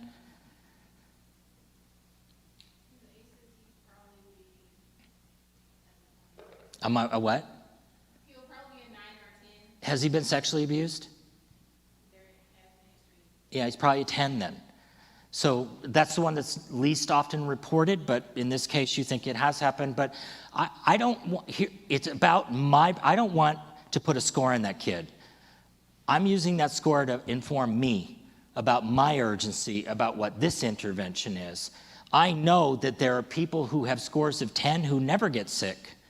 I know there are people that have a score of 0 who are chronically sick. So we know that by itself it isn't a destiny. And by the way, it's an epidemiological research. It's not used for individual clinical practice. But it does tell you something your grandmother could have told you, which is the more bad things that happen to you as a kid, the more likely it is you're going to have problems as an adult. And this kid's had a lot of bad stuff. So he's extremely lonely. He's got a score of 10 out of 10. The good news is there's no 11 on that score, so at least we won't have any more. Childhood stress, would you say his stress is healthy? Would you say it is tolerable? Or would you say it is toxic? When he asked, right, toxic stress, which derails development, right? We're telling a story of a kid who needs a locked facility because he's got some, do you want to give me a diagnosis on this kid? A conduct disorder maybe? Conduct disorder, ADHD, ODD. Yeah, but what if it's a score of 10 out of 10? What if it's being extremely lonely? What if it's being hanging toxic stress for a decade? Do you see the difference in terms of what are we treating here? What is the evidence treatment for conduct disorder, by the way? Oh, that's right, there isn't one. What's the treatment for toxic stress? Get him someone to love him. I can do something about that. What's the treatment for extremely lonely? Help him make a friend.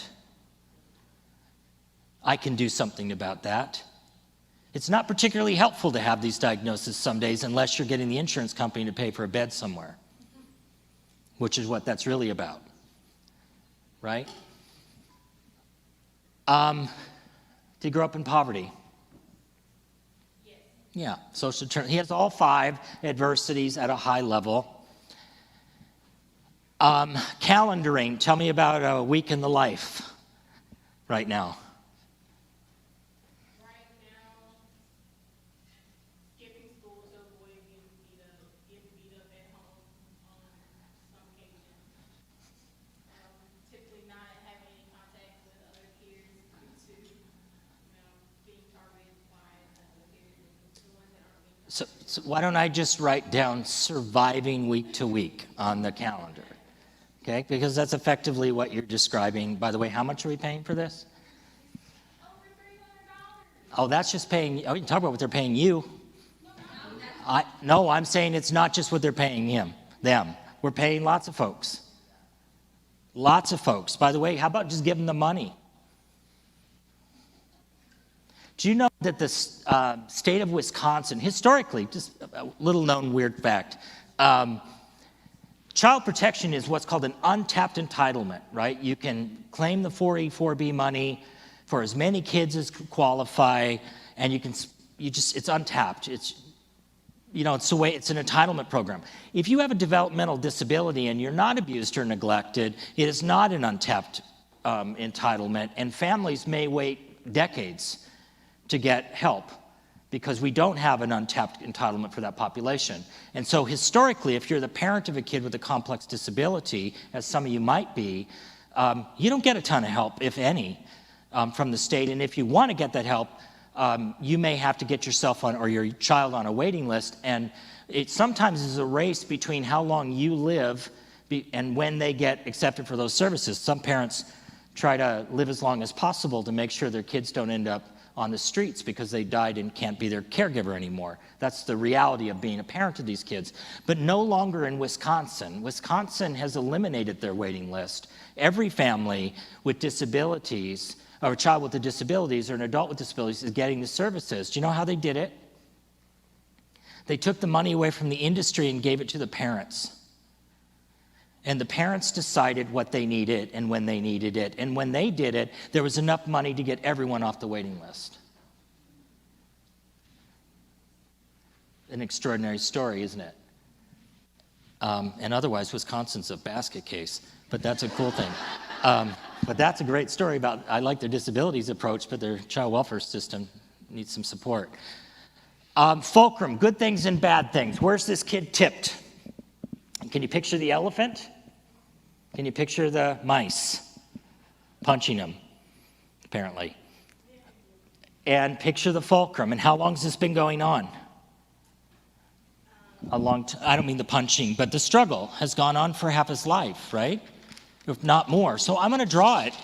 This gets to something we want to think about when we're answering the question, what is the intervention anyway? We got to be thinking about, remember, it's not a question about whether we're doing some good things for him. He's got you. I consider that a buffer. I would count it.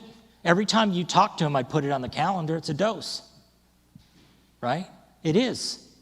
It's not an absence of good things in this kid's life. He has some good things. That's not the problem. The problem is not that he doesn't have some good things like you. It's that he doesn't have enough good things to make much of a difference. Remember the difference in the story here. We want to take charge of that. We want to look at the weight of the whole intervention in terms of what it's doing, in terms of either promoting his well-being and his growth and development, or is it promoting something else, right? And we have a pretty good picture here.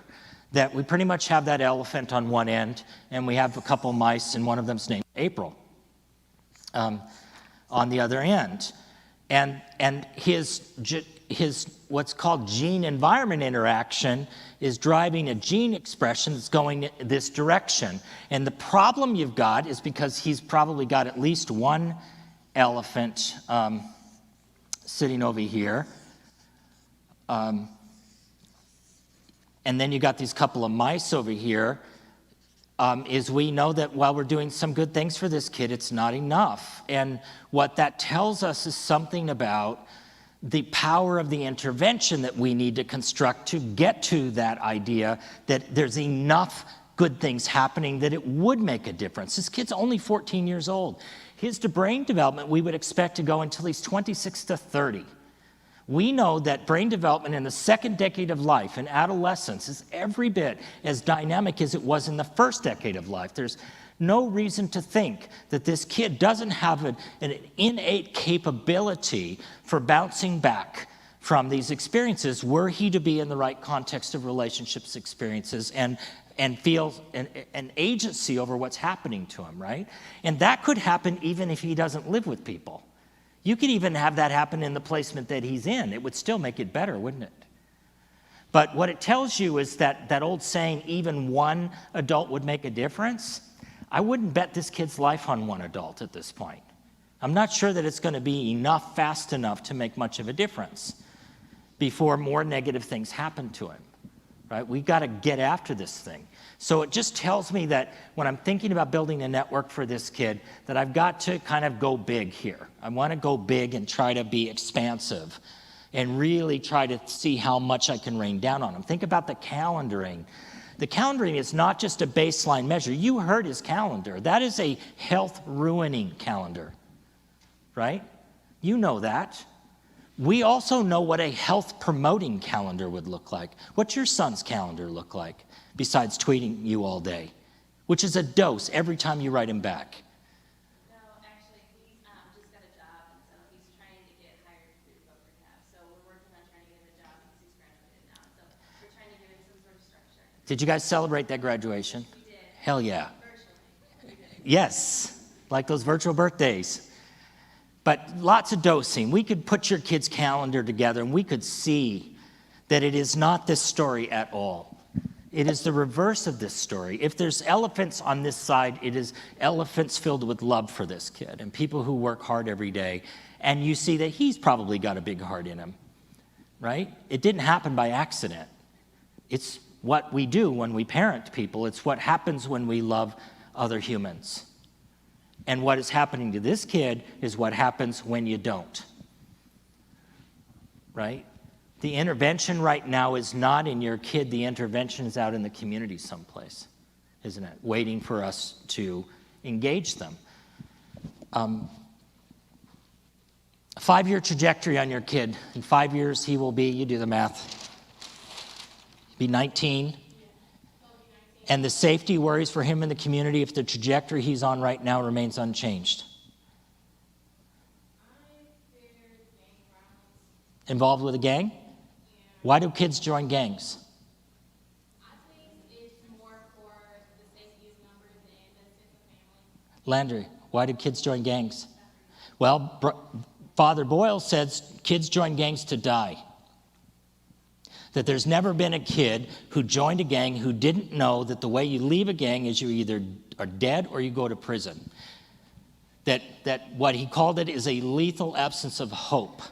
Is there any reason to think that your kid might be suffering in the future from a lethal absence of hope?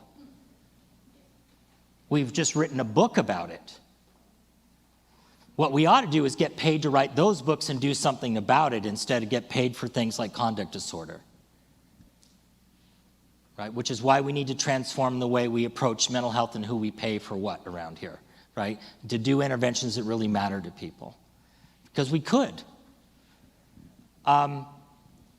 Let's wrap this up. Position and question.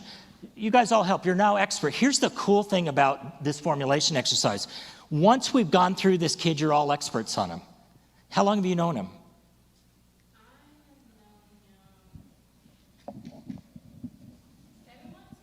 Okay. How long have you known him? Yeah. Right, but you know exactly what's going to happen to him now, don't you? Here's the point. We don't need long walks on the beach with people to help them. Right?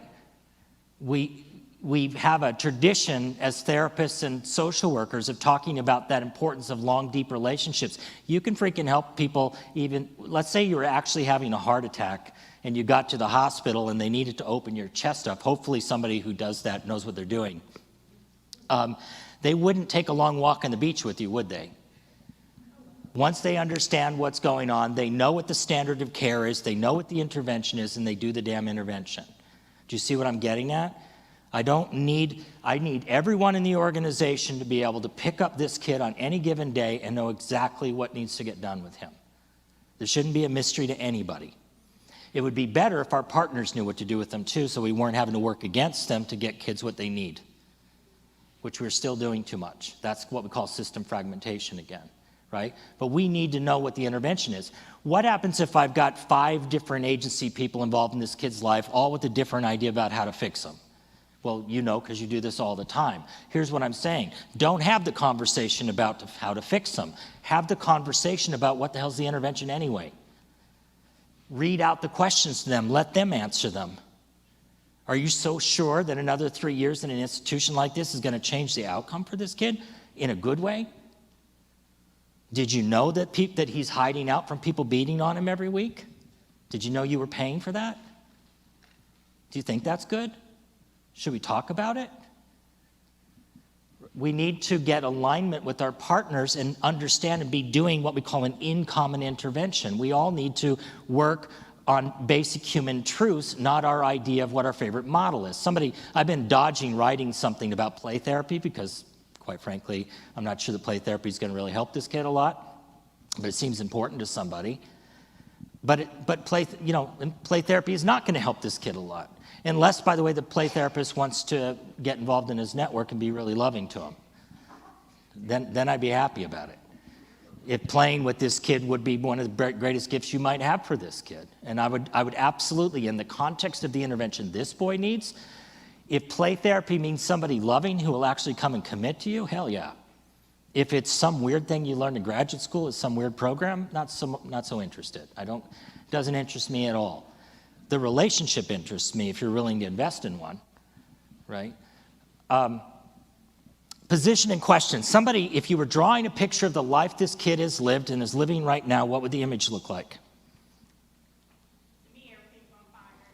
I'm sorry? To me, everything's on fire and we don't have enough hope. Okay. So we've got these flames shooting up. Where's the kid in the flames? Is he the fuel? No. Where is he in the fire? Where is he? To me, he's being burned by it. He's being burned. He's being roasted. How's that sound? That sounds awful, but it's a good metaphor. He's right over the fire. Where are you in the picture? You got a hose but no water for him, or very little pressure? Not enough pressure. Yeah? Okay, here you are. You got this hose, and there's just not enough water to make much of a difference. Who else is in his life? Does he have a state worker? Oh, you are the state worker. Oh, because you're the contracted provider. So there's not also a state person. Where's the judge in this picture? The judge doesn't know anything until I have the juvenile office. So there's no judge or there is a judge? And where's the judge in the drawing? Way in the distance on top of a hill? Working on something else? Over the hill, okay? Who else is in this picture that I've missed? You want to know what's all supporting? I'm sorry? You want to know what's all supporting? Well, give me some key players here by their role. GAL, then Where are they in the drawing? either on the hill or behind it. Right? And the grandparents tried to be there, but the team has barred them from, Why? Why did they bar them in your view? they were barred because they were allowing the parents who have had their parental rights terminated, visit the sibling. They weren't even visiting this particular kid, they were visiting the sibling. Who are the parents to them? The parents to them, biological mother, and then mother's boyfriend. Their son or daughter is who they're. Remember, I'm putting myself in their shoes. They're in a family. This is their adult child, and whoever their partner is, who are the parents of these kids, that's the way they're viewing it. But we've got this distancing language that said they're allowing the perpetrators, my word, not yours, whose rights have been terminated, to visit them. You're out, right? You see what I'm getting at? The story depends on where you're standing in the story, is all I'm saying. Just for fun, you guys, this is the part. You've got this kind of, very intense picture of this kid kind of getting burned up with lots of good intentions. These are flames, let's call them flames of good intentions. How's that sound? Sounds brutal to me, but still.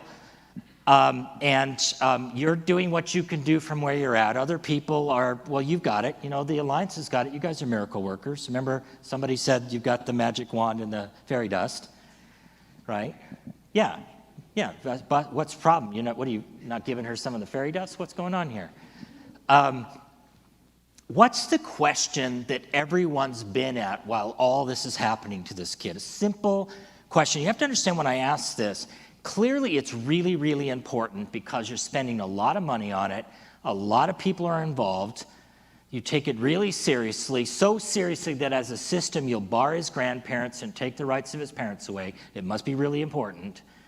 And you've been at this question, and it leaves this kid in the flames in this institution, unsure of where he goes next, all the things we talked about. There's a really important question that everyone's been at that has allowed this to happen but no one's really noticing it. They're really just focused on this thing that they think is important. What is it? Simple language. How do we keep Kenny alive? Do you think what it is? How do we keep Kenny alive? How do we keep a placement for Kenny? How do we keep Kenny safe? I know the director likes that safe word. Which is it? For me personally, I always want to know how do we get the kid to a happy place? Because But- where he is now, he's not happy. You're jumping ahead of me. How do we get here? By asking what question? What keeps him there? Huh? What keeps him there? Or how did he get there? Why? Clearly everyone thought something was really important and they got it done, and here he is. How do we keep Kenny safe? Is it how do we keep him alive? Is it how do we what? How do we keep him in a bed? What do you think? You guys are all experts. Depends on who you ask. Who? Which of the people you have up there, is it because Collectively, if there was one answer for the judge, for the guardian ad litem, what do you think it would be for the system? How do we? Oh, okay, there you go. Okay, how's that working, by the way? Here's the point. This is work that I learned from a group in Northern Ireland, working with families, building peace between families where murders were committed during the Troubles and after the Troubles. And what they learned to do, because here's the deal, the person who everyone knows did the murder, first of all, would never admit they did a murder. it was sanctioned killing, it was a legitimate act of war, right? And they got a pardon. And their family believes that too, because otherwise, what else are you supposed to believe about your dad, right? Or your mom. And the other family who had the people killed, which may have been more than one member, because they used a lot of bombs and they tend to be indiscriminate, is never going to believe that it wasn't a murder. And they live in the same neighborhood for the last 20 years after the truth came out, because the guy had to admit what he did so that he could get a pardon. And you've been running into him every day or every week. How do you think that would be? Well, if you're doing the family group conference, if you think that the outcome is that we're going to get a quote-unquote resolution where everybody agrees, that's not likely. And what they learned to do was stop trying to get things fixed and instead focus on the questions. You know, what's the question that we've all been at? The one family might say, well, when are we going to get justice? And the other family would say, you got justice. I admitted what I did. It was a legitimate act of war. What the hell else do you want from me? So the point is that the question, how are we going to get justice, is never going to work, is it? And everyone's stuck living this way. And the real question we want people to confront is, are you tired of living this way? And why not come to the table, not because you're going to get the justice that you seek from the other person, but because you're tired of living this way. We're tired of Kenny living this way. Come to the table and talk about that, right? But the point is that we get to the question. If the question is, how are we going to fix Kenny? How likely is it that this approach is going to fix this kid? Well, clearly from the conversation we have, it's not. It's actually going to make it worse. We've already said that. We've made a projection into the future. So the point is to get to a wiser question. If the question, how do we fix Kenny, has left him in this position, and everyone in the place they're in, nobody feels good about it, is there a better, wiser question that we might want to ask? And if there were, what would it be, do you think? If how are we going to fix Kenny leaves him roasting and facing this really bleak future, what might be the sort of question that would lead to an outcome we'd all be really proud of? How do we fix Kenny's situation? Or how do we deal with Kenny? That's interesting. Here's the thing, the loneliness thing makes that hard for me to imagine. Let me offer one. Who loves Kenny? Who might love Kenny? Who could learn to love Kenny? Who do you know that loves this kid? His grandparents, for sure. How many grandparents does he have? There are 4 that can be. There are 4. So 4 times grandparents. Who else loves this kid? His sister and brother. I haven't met his parents, but I'm assuming mom does. Okay. Who else do you know that loves this kid? I know that they have a family friend that loves him. How many? 1 plus that person's family. Which is, Too many to count. oh, really? Yes, And they would be loving towards this boy. they wanted to adopt him, and the team flat out said no. Why? Because we were busy fixing him? Because he had a charge 5 or 6 years ago that has been wrong. How many people? Just give me a rough number. For him and his family, I would say 12. So you think you've got a list of 12 people who you think love him. They loved him enough that they wanted to adopt him, but they were turned away. Yes. That's a pretty good message of love, that you want to adopt somebody, right? How many people do you know that might love this kid? Paternal family, they haven't been responsive, but most people in that area don't answer unknown phone calls. Okay. And These are loves him. he has an older sibling. Oh, how many is that? Altogether, Yeah. looking at a potential support system of, I would say, a minimum of 5. Okay. And what do we want these people to do? I want them to, be a support to women, help them learn how to be a functional person. Do you see what happened with the practice as usual in your system? Remember, I stand over here to do that, is the classic wood chipper. So I know it's shocking, an African-American family of how many people who do love this kid, might love this kid, have been chewed up and spit out because none of them were seen to be ready-made parents, but that's okay. We've got a facility we can put them in where you can get beat up every other day. I mean, you sound like I'm being mean here. I'm just reflecting back what I thought I heard, right? But we have a system that doesn't see it that way. They have reasons why they did that to these folks. They've got files filled of their reasons. And this may just be the best we can do for them right now. And by the way, you people are supposed to work your magic with your fairy dust in the meantime, right? But see, the difference in the question really matters. Do you think it's possible that we and the family and the community could do healing work with this kid, even if he stayed in our system until he was 21? Well, why not? Why couldn't we?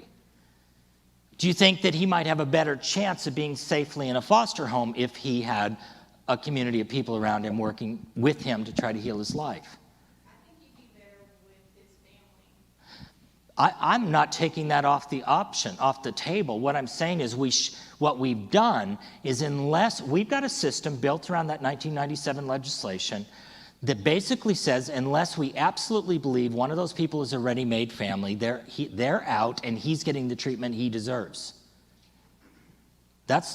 In the shallowest way, that's the narrative that's justified what's happened to this boy, isn't it? Yes. And where we've left his family.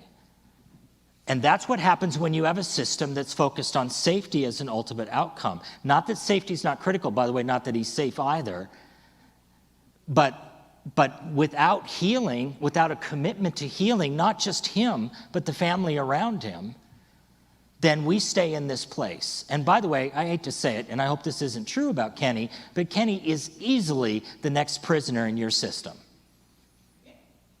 Easily. But for so many reasons, he may be the next prisoner in your system compared to other people in this community, right? Or in his community. We know that. The importance of this conversation is we should be having these conversations before we just launch ourselves down the road of doing what a system always does with kids like Kenny.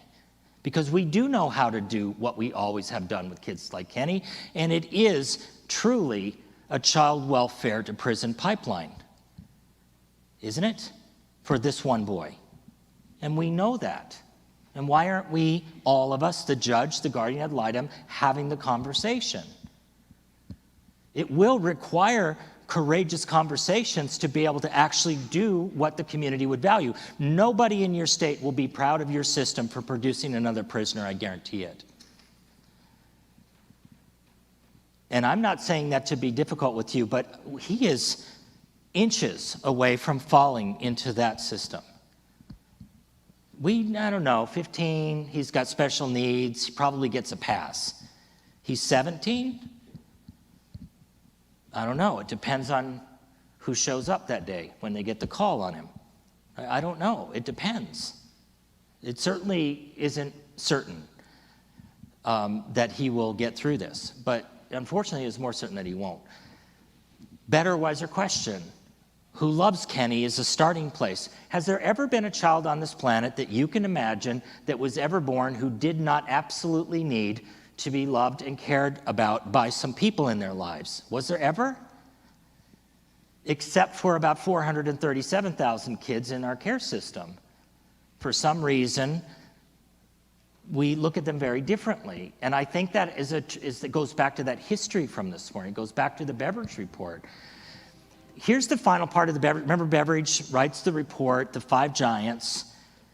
Remember I mentioned something else about his biography? He was a eugenicist by, I don't know. Do you guys remember what eugenicists do? Eugenicists believed that certain people should not be allowed to breed, to make children. And other groups should be encouraged. And Beveridge and his friends, and we had American eugenicists also. We have a famous eugenicist case in the Supreme Court where they ruled in favor of eugenics and forced sterilization. Where the last forced sterilization of Native American women was in 1989 in the United States. And unfortunately, this morning's news broke that there may have been new ones.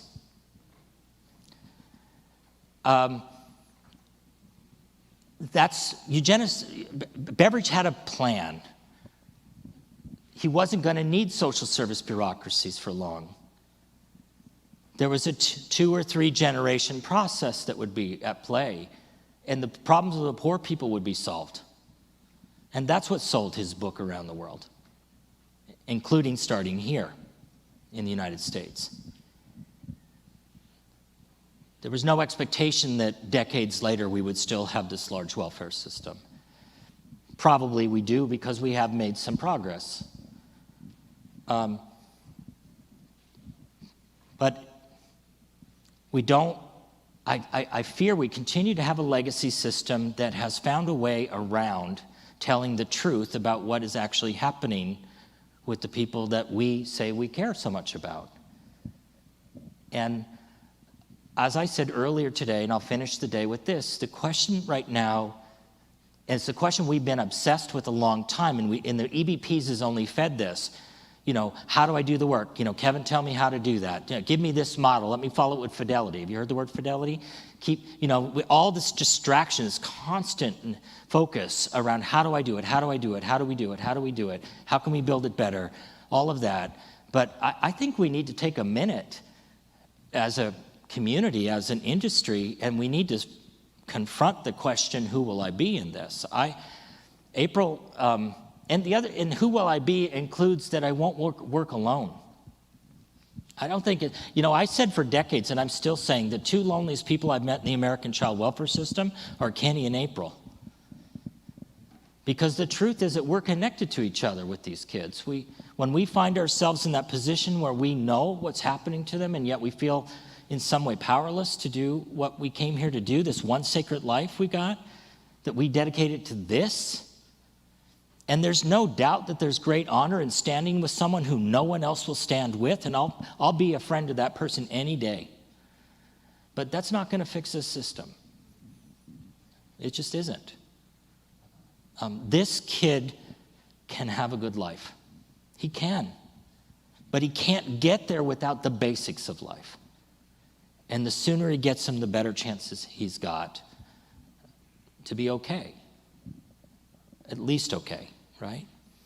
So tomorrow, for those of you who'll be involved, we're going to practice using tools. I'll show you the practical use of a variety of tools, including facilitation methods when we get a network. You off the top of your head, April could give me a room full of people for this kid. The problem is not our ability to catch the car.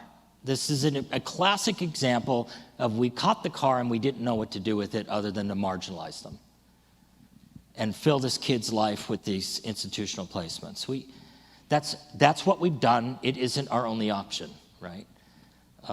I'd be happy, by the way, for the leadership folks here, if you want to talk together about institutional challenges around creating that change, it's what I spend my time on, and I'd be happy to do it. But I want to end the day by thanking you. I offered an apology this morning, as I said, I thought it was possible I would say things that were wounding or difficult, and it is not my intention to do that. I think there's an incredible untapped capability in this system to do extraordinary things with the people we've got, with the money we've got invested. And really the challenge is, how do we unleash our ability to do what we were made to do? And that's a collective conversation, not a Missouri Alliance alone conversation. But I think organizations can be the catalyst for that kind of change in a state. And quite frankly, I'll finish by saying this: the right kid can change a system. You've seen it in negative ways too many times. But the right kid getting better, who gets people's attention, can be the beginning of telling a whole new brave story about what this system could be. Who knows, it could be Kenny, So thank you very much. Have a wonderful evening.